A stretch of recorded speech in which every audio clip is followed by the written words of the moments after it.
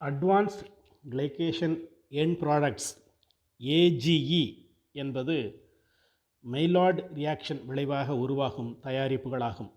இது கார்போஹைட்ரேட்ஸ் மற்றும் அமினோ அமிலங்களின் இடையிலான ஒரு வேதியியல் எதிர்வினையாகும்.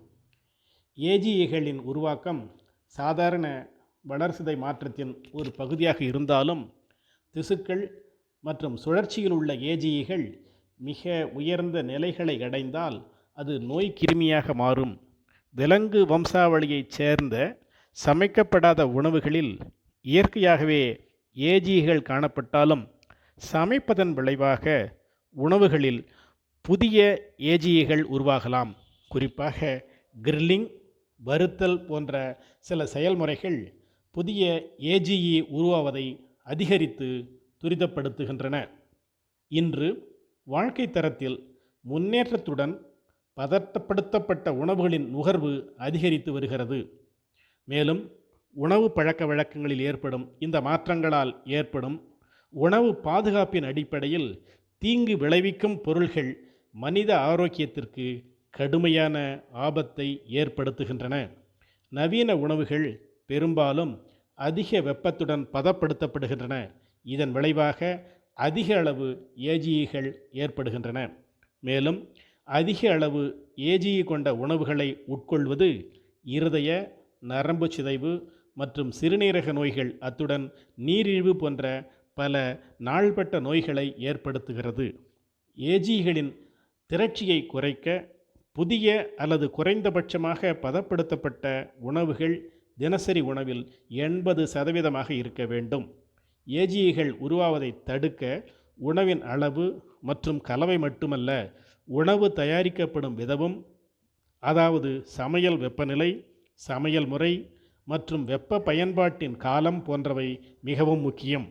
அதிக கொழுப்பு மற்றும் புரத உள்ளடக்கம் கொண்ட உணவுகளில் அதிக ஏஜிஇ உள்ளது. அதே நேரத்தில் பழங்கள், காய்கறிகள் மற்றும் கார்போஹைட்ரேட் உள்ளடக்கம் அதிக உள்ள உணவுகளில் குறைந்த ஏஜிஇ செறிவுகள் உள்ளன. சமைப்பதற்கு உலர் மற்றும் அதிக வெப்பத்தை பயன்படுத்துவதற்கு பதிலாக கொதிக்க வைத்தல் மற்றும் வேக வைத்தல் போன்ற முறைகளை பயன்படுத்துவது குறைவான ஏஜிஇ உருவாக்கத்திற்கு வழிவகுக்கிறது. குறைந்த வெப்பநிலையிலும் குறுகிய நேரத்திலும் சமைப்பது ஏஜிஇ உற்பத்தியையும் குறைக்க உதவுகிறது. இதன் விளைவாக சரியான உணவு மற்றும் சரியான உணவு தயாரிப்பு நுட்பங்களை தேர்ந்தெடுப்பதன் மூலம் தினசரி ஏஜிஇ உட்கொள்ளலை கணிசமாக குறைக்கலாம்.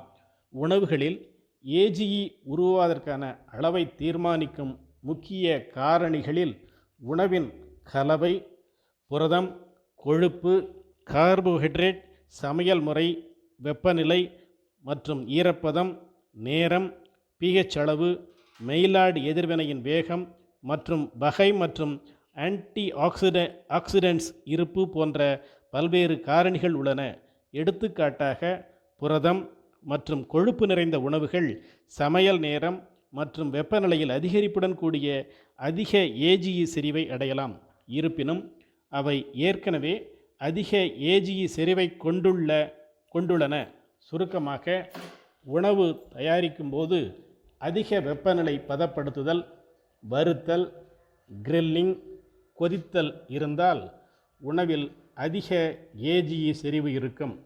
உணவில் உட்கொள்ளப்படும் ஏஜிஇகளை குறைப்பதற்கான பரிந்துரைகளை பின்வருமாறு சுருக்கமாக கூறலாம்.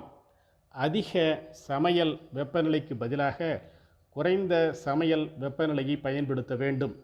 வறுத்தல் மற்றும் கிரில் செய்வதற்கு பதிலாக கொதிக்க வைத்தல் மற்றும் வேக வைத்தல் போன்ற முறைகளுக்கு முன்னுரிமை அளிக்க வேண்டும்.